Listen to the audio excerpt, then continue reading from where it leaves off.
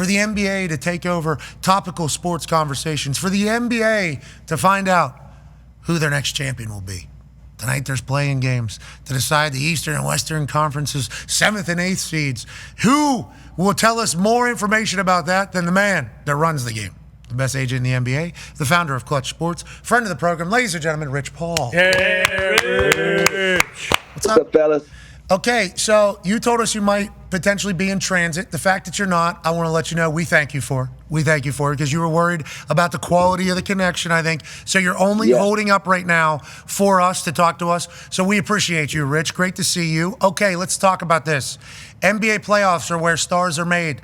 This is when the whole world is watching the NBA. Prime time, every single game. Best time of year. Best time of year right now. It is. It probably does feel like that way as an agent, right? Like real people. Well, you have everything. All the sports are, the draft, NFL draft. Now you have the NBA playoffs, obviously, hockey, and then getting back into baseball. So it's that time of year. It's perfect. I just came from the Masters, which was unbelievable, by the way. So. Oh, you were down there at the Masters? Wow. Oh, it was incredible. Wow. Yeah, it was incredible. What you have? Yeah. Do you have the fermento cheese sandwich or whatever they call it? I did not, but I did have the peach ice cream sandwich, which was great. My good friends at Delta really took care of me. Ed Bastian was a good friend of mine, the CEO of Delta and his team, Annika and his team. They really, really rolled out the green carpet for us. So it was fantastic. I really enjoyed the trip. It was great. The green carpet, I like that. How about nobody on their cell phones? How awesome is that? Beautiful time? No cell phones. I'm not going to lie. I panicked for about 2 hours. But after I realized it's okay, it was good. It was good. But they did have phone service, just not your cell phone. It was great. It's like you feel like you're going to miss everything, and then you get back to your phone and you realize, okay, I can take a day away from this. Was that your first time down there? That's my first time. I've been invited a few times, hadn't gone, but this time, I couldn't turn it down. It was great. It's really great. Are you a something golfer? I look to go back for every year. I'm not a big time golfer, but I did find myself watching the rest of the Masters, which and then I did see my golf coach at a game, and so maybe that's all a sign. Maybe I'll get back into it. Hey, they say a lot of business is done out there on that golf course, Rich. I assume you know. I can do business anywhere, man. I don't. Okay, let's talk about the business tonight. The play-in games, 7 and 8 taking each other on in the Eastern and Western Conference. Winner cements itself as the 7th seed. Loser has to take on the winner of the 9-10 games happening tomorrow night. When we look at tonight, Eastern Conference, not as deep as the Western Conference. Feels like Grizzlies, Warriors, obviously a lot more hype than Hawks, Magic. How should we be viewing these games tonight, Rich, in your eyes? Yeah, the hype is one thing. Obviously, anytime Steph Curry and the Draymonds of the world are involved, there's going to be hype. But when you think about the East matchup, it's pretty evenly matched. Look at Paolo and Wagner. Obviously, you have Trey and Dyson. Dyson is right up there for probably most improved, but definitely on the first team all defense. I think they'll miss Jalen Johnson, the Hawks, and obviously the Magic will miss Suggs with his ball pressure. Although they have KCP and Anthony Black who defends the ball really well. I imagine mostly he's going to put Trey in every pick and roll, and also blitz him on the offensive, on the defensive end, and make someone else beat him. And then with the Hawks, I think there are others going to have to step up. I mean, Trey could be Trey at times, but he's going to be dealing with much bigger defenders. It's going to be interesting. This is a toss-up. This is really a toss-up, this one is. Okay, so it can go either way. Eastern Conference toss-up, Western Conference Grizzlies, Warriors tonight. Jimmy Butler being added to the Warriors. Does that change them? Because Steph's 0-3 in play-in games is the stat. And does that matter now that Jimmy's on the squad? It definitely does. It definitely does. Anytime you add someone that has that, that playoff experience like a Jimmy, he's been to the finals, twice. And he's been playoff Jimmy for many years. Now you add that to a Draymond and a Steph, who we know what their championship pedigree is and how they lock in during the playoffs. They're going to be tough to beat. But you got those young guns. You got those young guys over there in Memphis. Can Jaren Jackson stay on the floor? It's going to be the real issue there. Bane look for him to have a big game, and Ja will be Ja. But I think from a Golden State perspective, it's going to be the others that really helps them win this game. Can Moody and Podge really make shots if they're on the floor? I thought last game having Peyton and Draymond kind of shrunk the floor for them versus, having some guys that can actually help spread the floor. So when Steph gets into his coming off of different screens and things like that, have a little bit more spacing. And then when you have Jimmy there, just all three of those guys, it made it a little bit tough, but I know it was more for the defensive end of things. So we'll see how that works tonight. I would have to probably give the home court advantage aspect to it. And obviously, Steph is always Steph. Anytime you have him, you definitely have a chance. But, this is what the playoffs are made of. This is where guys really, really step up and take advantage of the moment. But I do think Bane will be the X factor in tonight's game. Love that. Remember, the teams that lose tonight are not necessarily out. They will have another opportunity. No.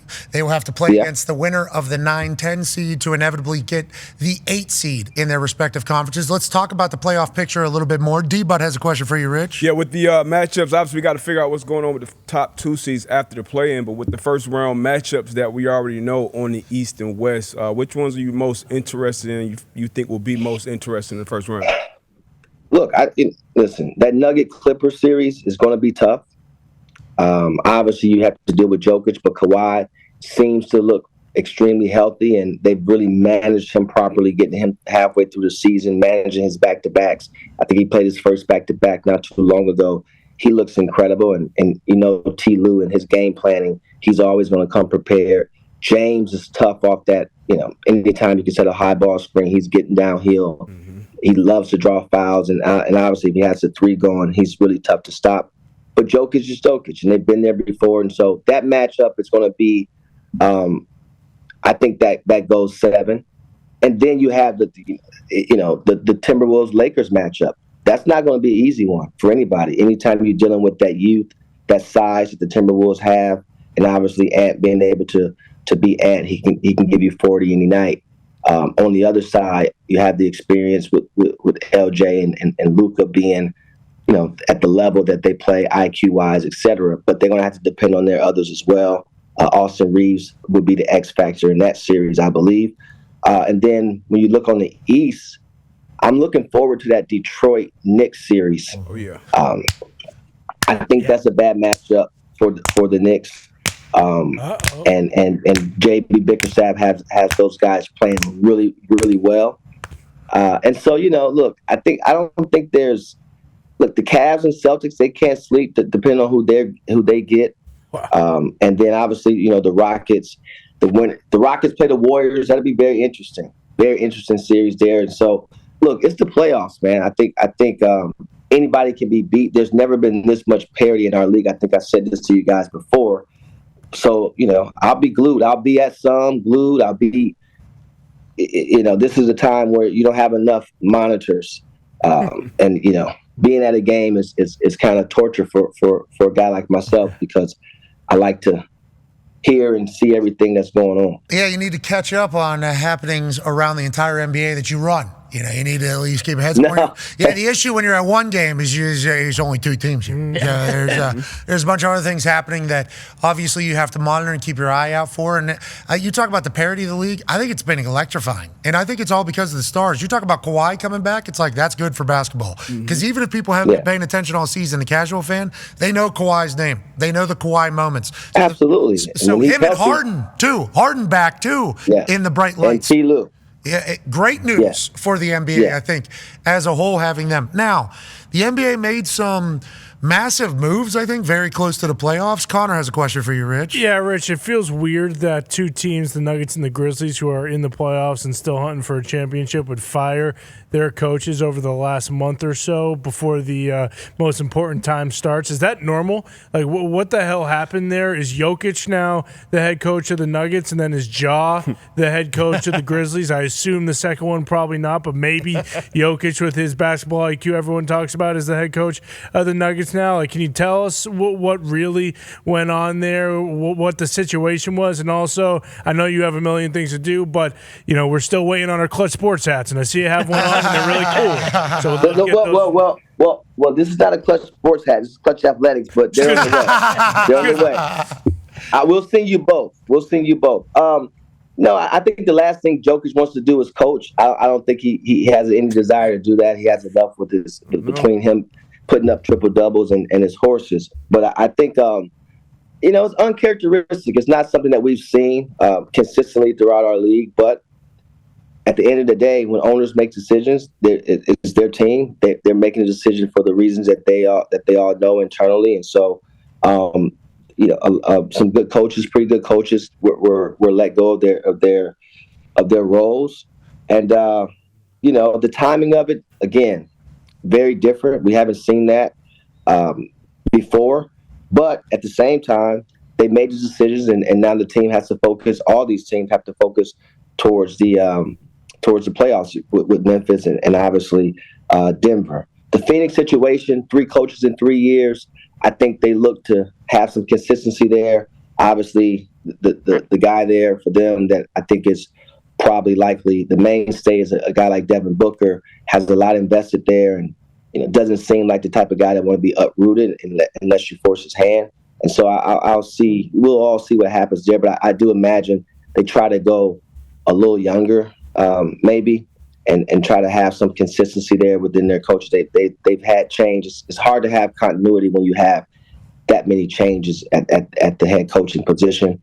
The Mike Malone thing, again, he had been there, 10 years, won a championship, come from a great coach's pedigree, and obviously I've known Mike a long time. He's an unbelievable coach. I don't think he has a hard time finding a job if he wants one. And the same with Taylor Jenkins. I don't think those guys have a hard time finding an occupation. Malone just won, right? Didn't he just won? A couple years ago. Yeah. But look, it happens. I've been in situations where coach went to the NBA Finals the year before and was fired midway through the season. Oh, Vogel. And Vogel actually won a championship and was let go the following season. But Blatt was let go during the season. And again, we all know the I think you kind of joked about it earlier. In terms of why those things happen, the owners make these decisions. Players don't make these decisions. The owners make these decisions, and so they made a decision that they think is best for their organization going forward. I was wondering how LeBron got all these coaches fired from all these other teams. Mm-hmm. Because that's always the LeBron makes the decision. Fired. Le GM, Le owner, the coach. Yeah, the guy that runs the NBA. We know how that goes. Yeah, we know how that goes. I didn't know Joker had some Le Jokic in him too. And it is wild that these things happen though. Like legitimately. No, these things happen much above those guys, and obviously the star players, they take some of the blame or whatever the case may be. But I think ownership has an idea of which way they want to go in. So we'll see. We'll see. I do love that these owners are all billionaires, with egos, and they got to figure it out. Stephen A. Smith, Ishby is a friend of the program. Stephen A. Smith said, "You're staring down potentially the worst owner of all time." Yeah. Whoa. Three coaches, 3 years, tough. Just staring down. And also, million. with all the deals that they made and all the trades that they made, they weren't able to do anything at the deadline because they would have been so hamstrung in the future because of all the trades and everything they've given up. So it's like the Phoenix Suns now find themselves in a beautiful city. Beautiful city. Phoenix is awesome place. The arena. The arena, glorious. The gorilla. Their mascot, great gorilla. And KD wants to leave. But you just mentioned it. They're going to have to go younger. They're going to have to do a full rebuild, basically, in Phoenix, right? Because Kevin Durant probably on his way out. When do those discussions really start happening? I think it depends on what happens this summer. Obviously, Brad has to no trade, but Kevin's in a different situation. What you're hearing is they're probably going to work together and try to find a solution. Whichever team wants to add a Kevin at this stage of his career has to be looking to win a championship. And then what do you give up, right? I think that's the biggest question. For Phoenix, again, Matt's a friend, and obviously he's new to the ownership over the last few years. It's tough. You have guys that want to come in and you want to win. You're determined to win, and you have that competitive nature. But in the NBA, it's all about flexibility. It's all about assets and flexibility. And anytime you are stricken with that, it's very hard to make change for the better. And so, that's going to be a tough hole to dig out of. But I think they'll find a way to have some type of positive direction. I think it's having a conversation with Book and see how long he can withstand maybe not being at that playoff contention level, and if he can have some patience from that perspective, then it gives you a little bit more capability to strategize. If that is not so much, then you have to think about, okay, we have to move everybody and start all over. These next few drafts have some strong talent in it, and with the way things are set up from a CBA perspective, it's going to get harder and harder to maintain these level of players on these major contracts for as many years as you need to actually to win. And so if you have it already and you're not successful, then you have to somehow figure out how to unclog those pipes and kind of allow it to be a different flowing system there. Unclog the pipes. You got to take that plunger out, and I think Ishbia is not scared to do that. He mopped the floor. No, I don't think so. He told us, my fans, Phoenix Suns fans, don't want to hear about luxury tax. They don't care, and he's paid the most. Yeah. I think he don't care about. If you listen, I've seen it with Dan Gilbert. I've seen it with. I know Ishbia is not caring about paying luxury tax if his team is winning. We've seen it with the Warriors. When you're winning, it's a different dynamic. But at the same time, how long do you want to carry that? Right? When you're losing, and you're not making the playoffs, and then you can't make any moves, it's like Ishbia's got to be sitting there going, I was doing mortgages 2 years ago. Well, he'll pick. I think he's a very smart guy. He's built an unbelievable business that afforded him to buy the team, so he can figure this out. And, again, look at what Boston's doing. They have a huge payroll. They won last year. I think they'll be right there this year in the conversation to win it again. Then what do they do this summer, right? That's another conversation. So whether you're winning or losing, it's problematic when you have that level of contracted players. So, we'll see. I got a loan from Ishbia's company, so I'm helping support the entire thing out there. It feels like he's just throwing it out the window. He's looking for a 30-year. He's looking for a 30-year on these guys. That thing's only happening, in a 2-year span. Excited to see what happens with Kevin Durant. Because remember all the excitement whenever he went to Phoenix. Here we go. That's going to be it. I mean, you're right, everywhere. But whenever he went to Phoenix, it was, here we go. Him, Booker, in Phoenix, going to be the team that's going to lead the Suns back. And then now it's just not. But it's not just about names, right? You got to have cohesiveness. You have to have, obviously, it's a team thing. So, what that depth looks like, how those guys actually fit the mold, the camaraderie within the locker room and things like that. Losing obviously hurts everything. Winning heals a lot of different wounds. And so, look, the names on the back of the jersey is one thing. We've seen it not work in other instances. 20 years ago, it didn't work. When the Lakers had all the names, they walked into Detroit and they was beat 4-1 in the finals. So that's not the end all be all. I always love a big two. I don't really love a big three. I don't really. People talk big three, but the big three thing has never really worked. And you say, well, what happened in Miami? That wasn't really a big three.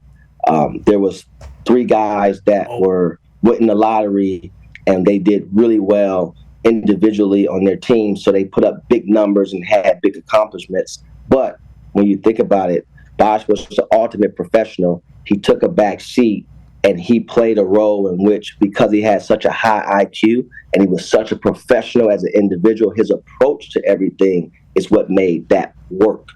When you look in Boston, okay, you can say Ray Allen and Kevin Garnett and Paul Pierce was a big three. Again, thinking about names, but the way that offense was ran, Rondo's capability during that time, it was a lot different. When you've seen people go for that, it never really worked. And I've had this conversation with several different, owners of teams and having this debate, whether you go big three, whether you not go big three. I like a big two in depth is what I like.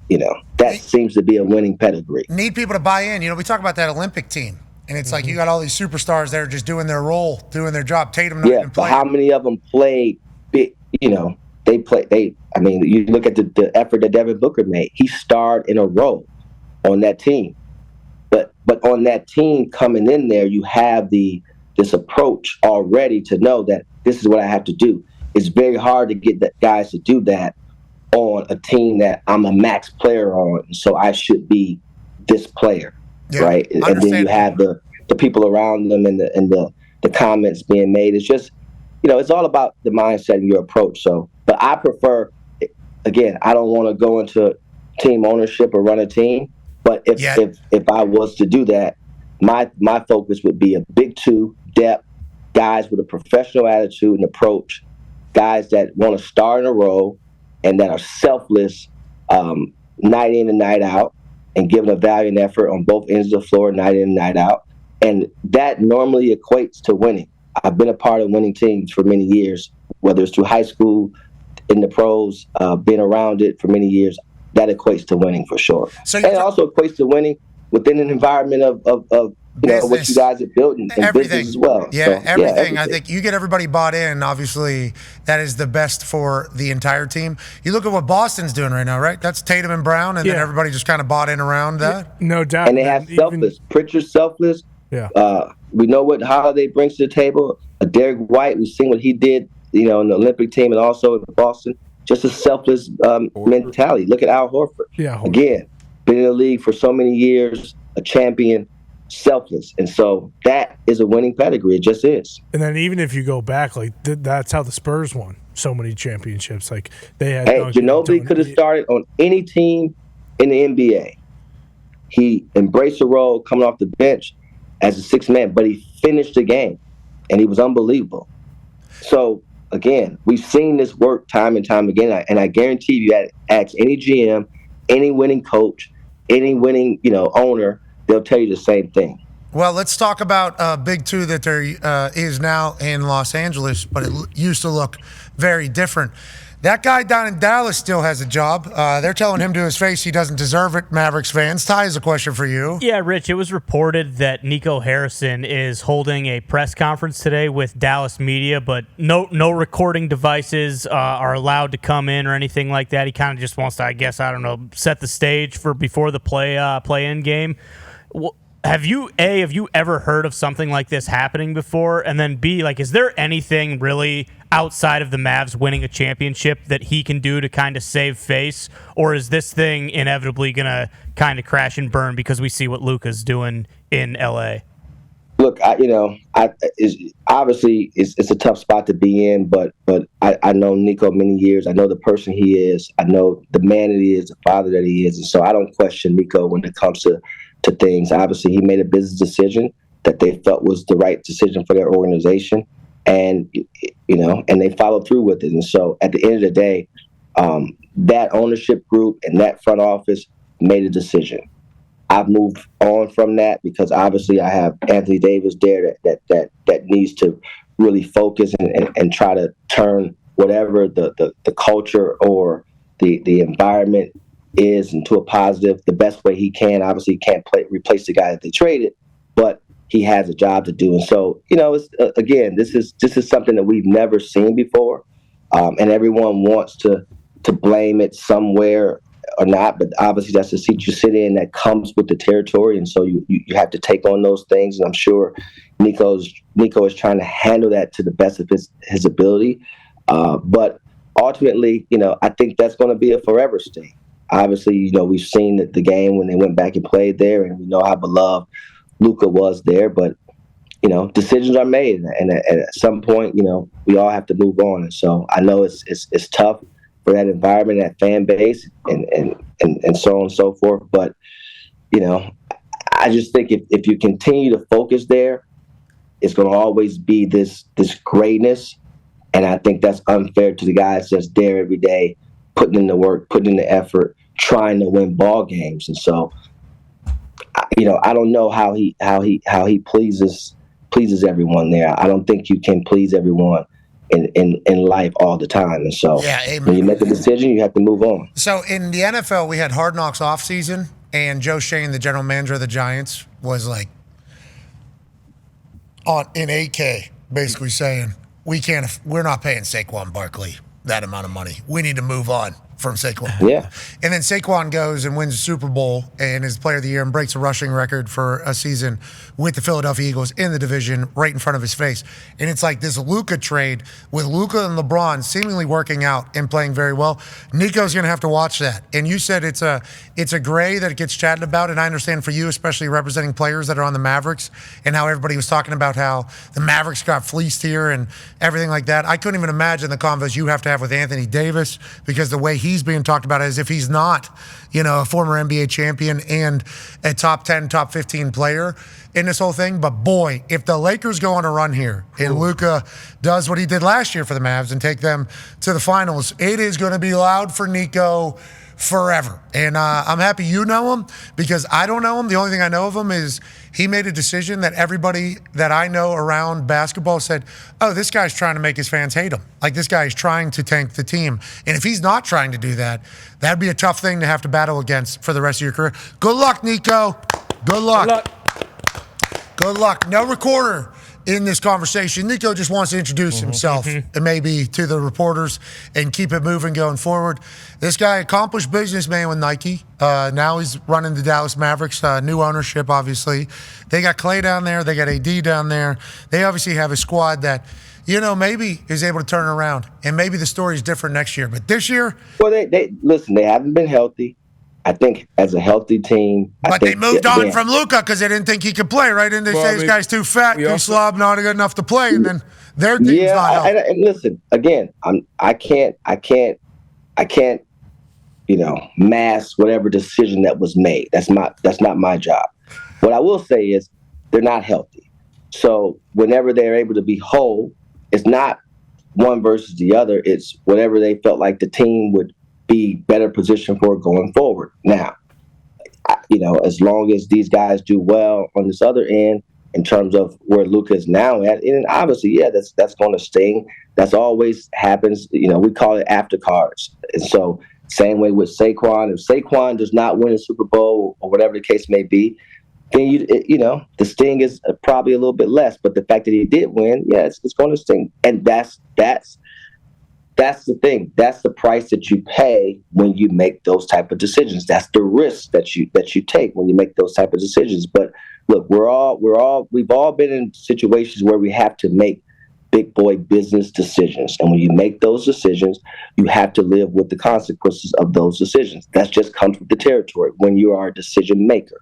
And so, we'll see. But again, Nico is somebody who's a dear friend to me, and someone that I support and love as a friend, and I know his family. I've been around him for 20 plus years, and he made a business decision, and so he has to move forward with what he think was right, and obviously Luka's in a different place now, and the Lakers have a big matchup with the Timberwolves, and they have some things they have to correct. They don't have a perfect roster. They don't have a perfect team. It's going to take a valiant effort for them on both ends of the floor. They have to take better care of the ball and things of that nature, and better care, different shot selection, and really dig in. This Timberwolves team is not going to be easy to beat. They're not going to be easy to beat. And I know it's 3 versus 6, but I think it's actually closer to that. And so we'll see. In the Western Conference, 2 through 8 are like 4 games apart in win-loss. So you're talking about a lot of parity over there. Every matchup is going to be high stakes, high risk, high reward. Cannot wait to watch it. We appreciate the hell out of you, Rich. Good luck the rest of the day, and we'll talk to you soon. No, I appreciate you guys. Thank you. Hello. It's Rich. All right, he's gone. Yep. Yeah, say, I'm not doing this. Yeah. I'm not doing No this. thanks. Don't you patronize me. Don't you do that. Every time I FaceTime him, I get some sort of hello. As you should. Yeah, how would you not? Goat. We're talking goats around here. I mean, he's surrounded by goats.